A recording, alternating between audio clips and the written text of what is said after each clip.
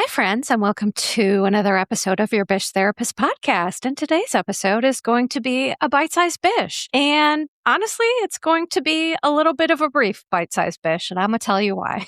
Your girl has been going through it the last couple of days. For those of you who follow me on Instagram or are part of my Patreon, you know that I had an endoscopy and a colonoscopy on Monday. And of course, for me, it's always very complicated because I have such GI issues that I had to do a 2-day prep with double the Miralax. And even that didn't totally do it. My intestines just do not like to work. And yes, I've literally tried everything. Anything in the explored universe that a doctor will tell you, that the internet will tell you, that holistic people will tell you. I've tried all the things. I am the definition of invisible illness. You look at me on this video and I look phenomenal. My skin is beautiful. My hair's never been better. And I'm pretty sure on some corners of the internet, people are like, that bitch is faking it. And honestly, I wish I was, because that would be easier to treat if I was just crazy and making this up. So anyway, the complication came when I had the scopes. I had to get a couple of biopsies to test for H. pylori and a couple of other things that they found. And my cancer treatment, I've been on acalabrutinib, which is immunotherapy. I've been on that for the last 6 years. And I had to go off of it because it creates bleeding issues. So it's not technically a blood thinner, but it really acts like one. And I've found that out the hard way a couple of times. So I had to stop the cancer treatment before I did the procedure, which was good because they did a couple biopsies. And then afterwards, I hit this, like on day 3 of me no longer taking it, I hit like a catatonic phase where I am not kidding. I cannot get out of bed. I'm like a human sloth. I cannot go up a flight of stairs without stopping in the middle. It's been a really tough couple of hours. And I think it's just good for me to talk about this because people with complex health issues, even like a regular test, like an endoscopy and a colonoscopy, for folks like me, it takes a while to recover from because of all the other stuff around it. And so honestly, my brain has been super foggy, and I posted about the Valley today and I made several mistakes. So I am truly just doing the best that I can. And I appreciate, most people are very kind and they're like, hey, this is what I heard. And I'm like, yep, you were right. Tired, foggy brain. Thank you for commenting. So that's just how it's going to happen. People actually, it's funny, I'll tell you this. People used to send me messages, and this is probably part of why I stopped reading DMs, about like, you're making a lot of mistakes lately. You really should look at that. Someone sent me a message about like, if my girlfriend had lipstick on her teeth, I would tell her. So I'm telling you. And it's like, okay, well, lipstick on my teeth is easy to fix. I can't fix brain fog. I can't fix sometimes that my brain doesn't function like it used to. The fact that I can do any of this, quite frankly, is an absolute miracle. So I get it. And I appreciate the people who understand and have empathy and compassion for what's going on, because truly I am trying my best. And sometimes I just, I'll have tired brain and I'll watch something and I'll, mishear it or whatever. So, I am human and I do make mistakes, and I will always own up to that and correct them because I don't want to be giving wrong information. So before I get into the bite-sized bish, the one thing that I am going to tell people today, in case you didn't, I think I mentioned it on one of my last podcasts, is that I am getting ready to end season 6. In a couple weeks, I'm going on vacation to my favorite place on earth, which is Chicago, Illinois. Your girl is from Downers Grove, grew up, born and raised there. And I have some friends that I, went to grade school with that I keep in touch with. Lots of relatives there. I have a very big family on my mom's side, big Italian family, and lots of aunts, uncles, cousins, and things like that.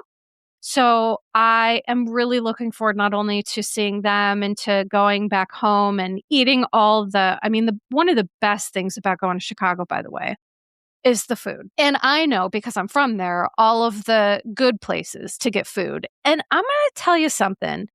Most people from Chicago don't really eat deep dish. We eat a thin tavern style pizza for the most part. I didn't grow up really eating deep dish. Now, Lou Malnati's makes an excellent deep dish. If you're going to get one in Illinois, in Chicago, Illinois, you get a Lou Malnati's. That's my recommendation. But there's this place, I think it's in Woodridge. It's called Papa's Pizza.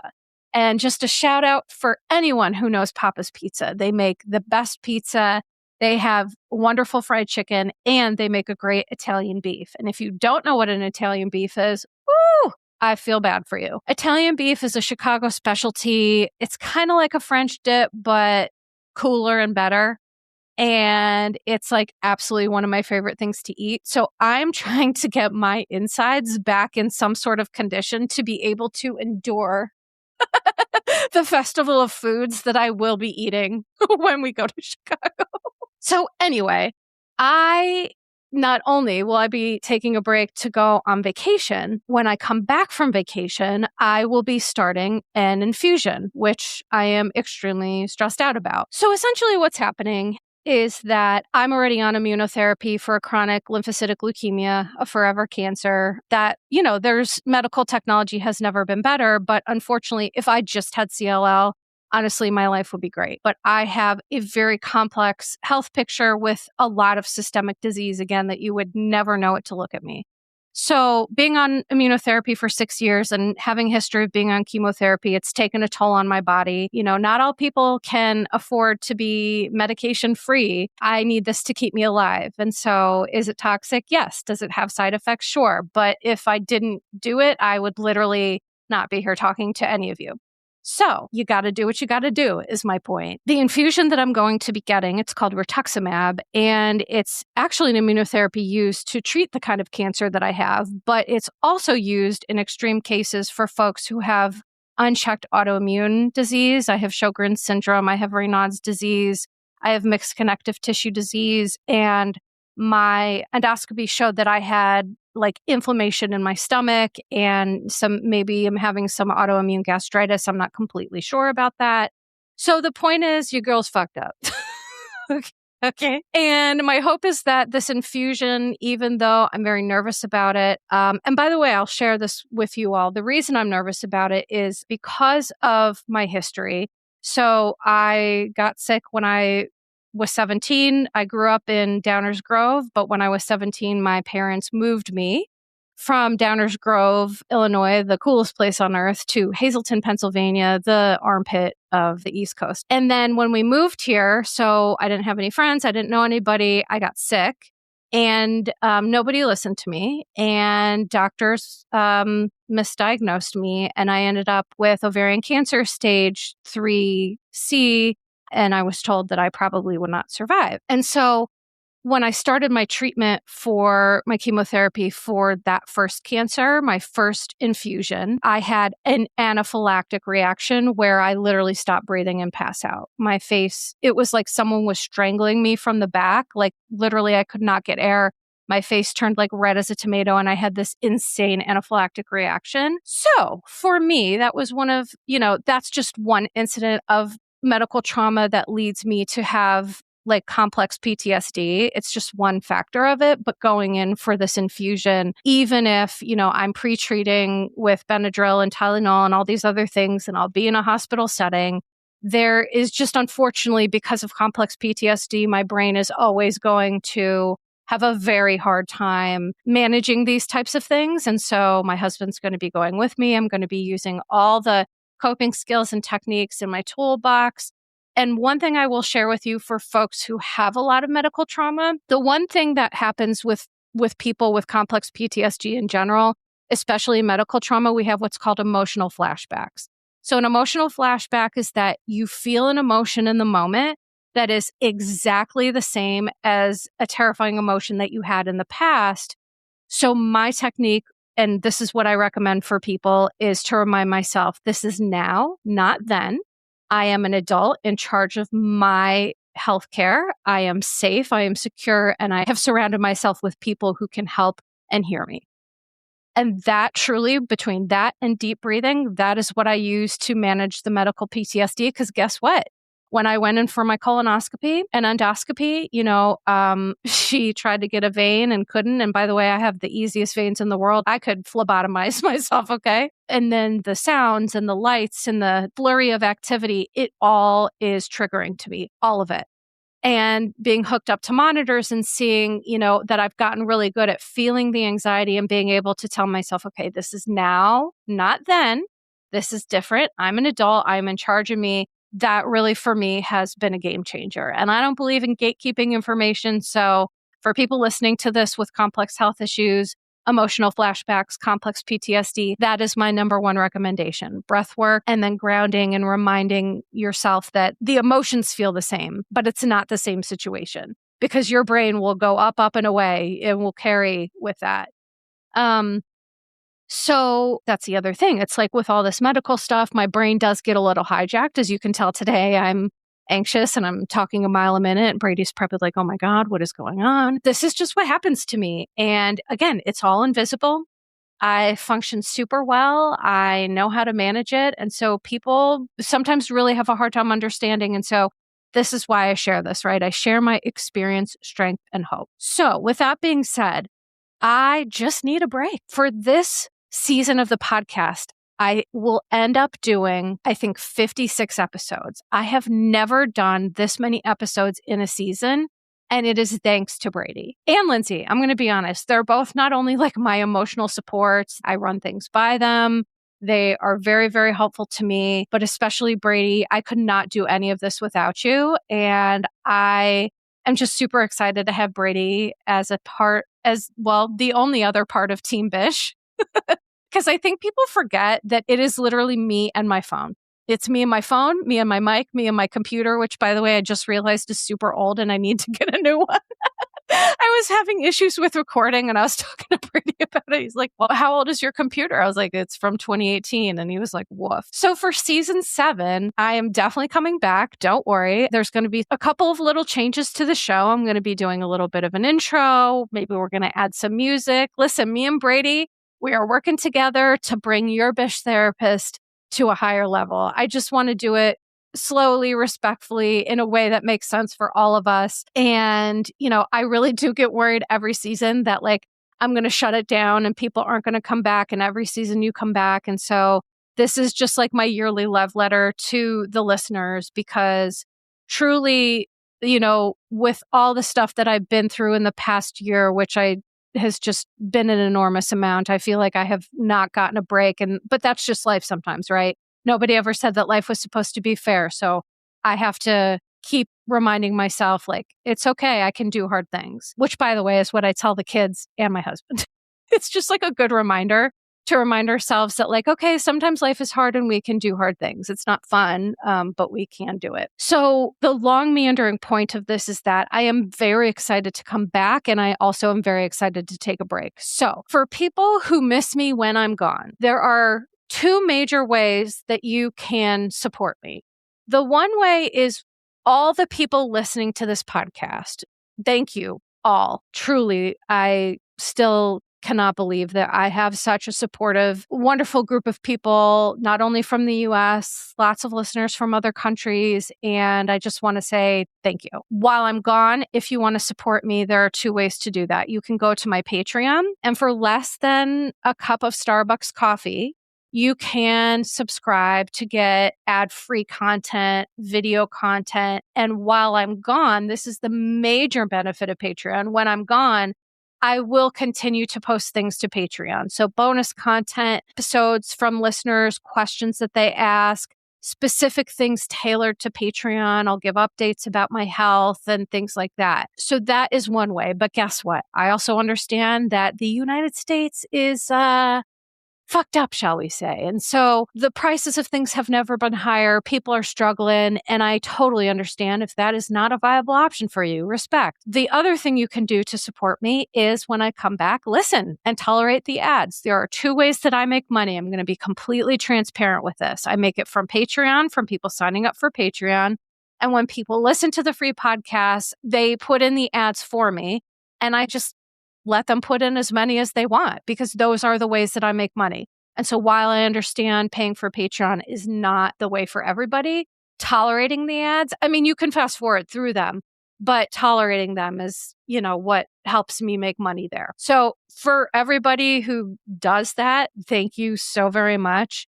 I cannot wait to come back and to see what next season brings for me. Every year I feel like I grow. and my voice becomes louder. And, it's just really exciting. And I'm really grateful to be here, like physically, and also really grateful to just be surrounded by a community of folks. I just appreciate you all. And one of these days, I am going to do a listener meetup. But every time I think that I'm ready to do that, I push myself so hard that I'm just like, I need a break and I cannot do it. So my goal is live shows. My goal is listener meetups. My goal is to really cultivate the community. We're just going to have to do a TBD on that. So all of that being said, let me get into the Valley a little bit, because the good news is that, so there will be aside from this, there will be 2 episodes left. I'm having our girl Caitlin Marshall back on the show. We're going to discuss the Valley. We're going to discuss Next Gen, and we're going to discuss House of Stassi, because Caitlin was at the premiere for House of Stassi. She met Stassi and Katie Maloney and all those other things. And so I'm going to talk to her, going to hear about what that experience was like.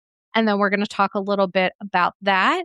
And then don't worry, when the Valley Reunion Part 3 airs, the next day, I am going to do my final bite-sized bish just dedicated solely to the Valley. Because listen, I love Next Gen New York City. There's not, for me, a heck of a lot to talk about there.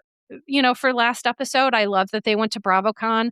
And I love that, like, what works for the show is they're like, yeah, this is our job. It's like a fourth wall breaking in a way that makes a lot of sense. Gia's like, yeah, I thought I was going to go to law school and now I love doing this and being an influencer. And it's like, kudos to our young Bravo babies who I will always be cheering on, except for Charlie and Hudson. Oh, but the good news is, Ariana and Hudson, rumors are that they broke up again. And I swear to you, I was just like, praise be. I really hope that is true, because every week Hudson's behavior gets cringier and cringier. And I do feel like Ariana has a bad picker, because we find out this last episode that she may or may not have hooked up with Charlie. And Charlie only tried to do that to prove her wrong, because she said she wouldn't touch him with a 10-foot pole. So it's just very gross and icky. And I love Ariana and she's a queen, and I just want her to do better than Charlie and Hudson. But you can tell she's not used to guys being like that nice to her, because Liam seems like the perfect guy. Like, he got her ice skates secretly in her size. And I'm like, Liam is like legit. He just seems like a good down to earth person. And Ariana chooses Charlie. That's wackadoodle. But anyway, so let's get into a little bit of the Valley. And I say a little bit because Caitlin and I are going to be talking about this. So a couple of major problems that I had with episode 2 of the Valley is, number one, we start out with Jesse's $300,000 SBA loan, which stands for Small Business Administration Loan. So here's what's shocking is Jesse denied it. And then, of course, he deflected by calling Michelle a cheater, which it's like he wants to say whore. He just can't stop calling this woman a whore and a liar. But the problem is Jesse literally already admitted to taking the loan on camera, and there's actually public legal paperwork to prove it. So on the after show, Jesse literally said, and I quote, "We took out a loan during COVID when everything shut down. It was a low interest SBA loan for our business." Okay. He justified that the debt was needed to market a $65 million real estate listing, but he also used $100,000 of it to take his family on a lavish trip to the UK and Scotland. And let me be clear that SBA loan misuse occurs when a borrower uses the loan funds for unauthorized personal or non-business expenses. So an approved business expense would be for payroll, covering rent, working capital, things like that. And so personally, I wonder if Jesse is having trouble admitting to this because he doesn't want to go to jail. He misused loans. He literally admitted it on TV. That's how stupid Jesse is. Okay. And then there's legal proof that the loan exists in Jesse and Michelle's finalized divorce agreement, which was obtained and published by Us Weekly. And the court documents explicitly show that they owe money on a 6-figure sum, a loan that they quote unquote took out together. But the difference is Jesse didn't take it out with Michelle. He took it out behind her back. And then she agreed to pay half because she just wanted to get divorced. That is financial abuse, if I'm being honest. And I think Jesse's a real POS. So What's crazy though is how, Andy was like bringing up Michelle's claims that Jesse doesn't pay for household expenses. And Lacey was like, I would rather set myself on fire than like have to financially support a man, trying to like tell Michelle, well, he pays for me. And it's like, Lacey, this is where you lose me. Just because Jesse's paying for you does not mean or does not prove that he's paying his fair share for his child. Lacey claims to have women's backs, but like saying that Michelle is lying when Jesse clearly has an extremely dysfunctional relationship with finances, among many other things. Let's not do that, Lacey. And then Lacey keeps trying to use this misogyny, this misogyny, that. It's like, girl, the call is coming from inside the house. And I love that Lala and Andy called her on it because she was saying it in a way that didn't actually make sense and wasn't the correct use. And I was like, the TikTokification of terms is just everywhere. One interesting thing that I clocked that I wanted to like put out there is that Luke, Danny, and Jesse all use this one phrase throughout the reunion when talking about their behaviors. They will say the term "it read" or "it was reading," meaning how their behaviors were reading, quote unquote, to the audience. And what's so insane about that is this is a way to talk about how their behaviors appear instead of about the behaviors themselves. My point, it's a manipulative tactic using semantics to try to distance themselves from their own shitty behaviors. Just want to be really clear about that. So I'll give you an example. Luke said his sexual request with Kristen read selfish, and it was like, first of all, Luke, how do you know how it read? Because you purposely avoided watching so that you didn't have to read anything about your own behaviors. So please take that somewhere else. One major thing that I wanted to talk about is that this kind of like people on the internet were wild about this. Kristen said that her therapist felt that couples therapy was not productive anymore and recommended that her and Luke stop as a result. And so I want to be clear that this does happen, and there are various reasons why a therapist may make this recommendation. So if the couple is in an active crisis, number one, if one or both of the couple have unmanaged individual mental health issues or substance abuse issues, because sometimes people need to work on themselves before they can come together to work, because to work together as a couple, there's a couple things you have to have. You have to have willingness to take accountability, to own your stuff. You have to have a certain level of insight and awareness. And if you don't have that, then some therapists may say, I recommend you do your own individual therapy and then come back when you're in a more appropriate space to have this be productive. But the other thing is that safety concerns preventing safe and productive work, when those are an issue. So for example, couples work cannot be conducted if there's ongoing active domestic abuse or unmanaged substance abuse. Those are crisis situations, and you can't work with people through that. It's crisis. It's not safe. There's different plans and things that have to go into effect. So to be clear, I'm not saying that's what's happening here. I'm just giving people an understanding, an educated perspective about what can lead to this. So as I mentioned, other reasons include one partner lacking accountability, readiness to change, and or needing individual work first. So Kristen said that Luke never did therapy before, and on Instagram, this was shady as shit. I said it shows. Luke has never done therapy, and it shows. But Kristen was saying he didn't know what to expect.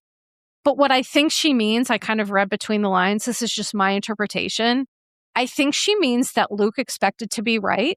The therapist told him that he's wrong, and he's not ready to take the required level of accountability. That's what I think. But that begs the question, how on earth can Kristen and Luke be happy if this is the state of affairs? Well, I saw this in couples therapy all the time. A lot of couples, which I think is the case for Kristen and Luke, they maintain some level of avoidance, like sweeping things under the rug, that allows them to function on the surface. But the problem is over time, this approach becomes unsustainable. For example, when Andy asked Kristen about like moving to Colorado, she's like, oh, we're never moving to Colorado. And Luke legitimately got angry, made this face, and he was like, well, you can't just say that. And it's like, yes, you can. She can say that, because just because you want to go to Colorado doesn't mean your partner has to want the same thing. So I think Kristen and Luke, their problem is that they're just unable to get on the same page, to see each other's perspectives, to compromise in any way. And when couples come into couples therapy, there's one thing that I've noted as a therapist that will make the therapy completely unproductive, and that's contempt. If you see a couple that they have contempt for each other and it just becomes this pissing contest for, I mean, that's a gross term, but for lack of a better term, that's also going to be insanely unproductive. And I do think that Luke has contempt for Kristen, as evidenced by the fact that we find out that Kristen and Luke were both asked to do Watch What Happens Live when their nanny was out of town. So I guess they got a nanny, which good because Kristen needed a break. So Kristen wanted to bring Kaya, but Luke went behind Kristen's back, told Watch What Happens Live producers that he would only attend without Kristen. And Luke told Kristen, I want to go to dinner and I want to enjoy New York and I can't do that with you and Kaya. Holy fuck. I'm literally speechless. Forget the fact that this woman has been managing, she grew a human, she created a human, she pushed that human out. Luke just assassinated her character, made her literally feel like a person who was bad and the pregnant version of her should die in a coffin. I mean, this is absolutely insane behavior. Luke made a ton of excuses for himself before he said he didn't read. Again, he didn't read that this could have been hurtful to Kristen. And I'm like, if you don't understand how saying and doing these things is hurtful to your partner, to me, that shows a massive lack of awareness, insight, and empathy. And I'm going to go out on a ledge and say, I'm guessing that's what leads this to be unproductive couples therapy. Because if you cannot understand how that would be hurtful to your partner, there is something missing for you. And therapists aren't magicians. So there's that. The other part is that Danny, the whole thing, I'm going to talk more about this with part 3 because it was kind of like a cliffhanger about Danny's drinking and things like that. It was interesting because, Nia was doing her thing. She was fawning and trying to put on this facade that everything is great. Andy is gently asking, geez, he didn't seem that supportive. And she's like, no, actually, he's super supportive. And she also says that they started doing intense couples therapy, either prior to the show filming or prior to the show airing. I couldn't understand which one it was, but either way, I want to know that couples therapy, is it being done through the church? The same church members who are telling Danny that he's a very good person? It seems like to me in his church system, we've learned that Danny's father is a pastor. There was allegations of some very serious things going on with that. Just Google it. I have talked about it on another podcast. But if you're doing therapy with people who are intent on maintaining systemic oppression of women, patriarchal values and misogynistic values, well, that's going to be therapy for Danny, not for Nia. Because what I can tell you is that when Danny, he was admitting to his behavior, he was a complete nightmare. But for me, true apology or ownership lies in after we say what we did wrong, what do we do? And what Danny did was just made a ton of excuses for his behavior. He blamed Janet and Jason for stressing him out, which is that is hilarious. If Janet and Jason are taking up space in your brain, bro, you are not focusing on the right things. But the thing is, he said with Nia, he said, I was snappy and took it out on the person I love most. But here's the problem. You weren't snappy. He was flat out verbally abusive. And being unable to name that will not suffice for authentic repair. So most licensed mental health professionals that do couples therapy are going to encourage naming behaviors with unflinching, rigorous honesty because that's a necessary part of relational repair. And the fact that Danny is saying, I was snappy, sir, you weren't snappy. You were abusive. Time and time and time again. So maybe we should call it that.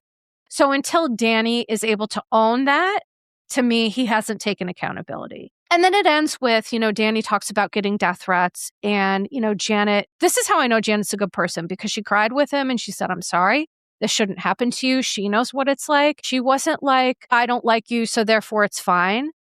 I just I want to end this bite-sized bish on a note that the Bravo fandom, some of it is unhinged. There should be no reason for death threats. Like, don't even message people. Like, why are we doing this? We're getting mad at what we see people doing and then messaging them, threatening them. That has to stop. And I'm going to be honest, content creators need to stand up and say, this is not acceptable behavior. This is not acceptable. I don't care how much you don't like Danny, Janet, whoever.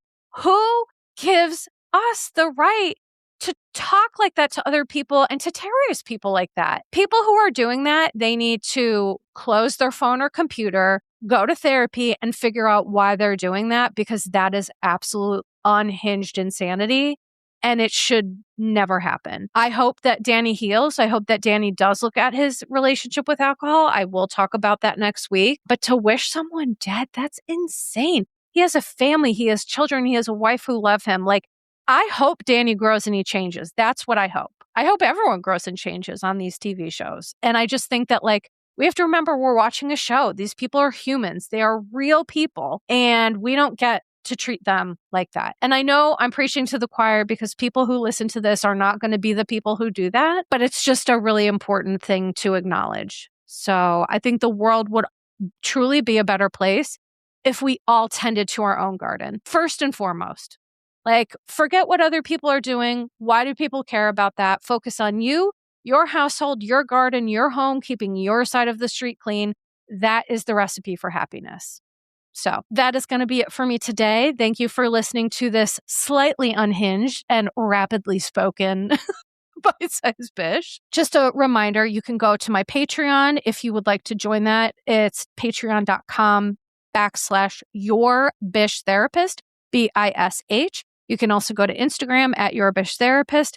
And please, if you would be so kind, the other thing that does help a girl out is giving a 5-star review. Because there are a lot of people who like to take power into their own hands. I say one thing that they feel like I've wounded them, and they go for my jugular on these reviews. And it's just like, yikes. It's not fun. I'm going to be honest, it's not fun. I do empathize with the Bravo Lebs who experience it, because like I experience it on a teeny, teeny, teeny level.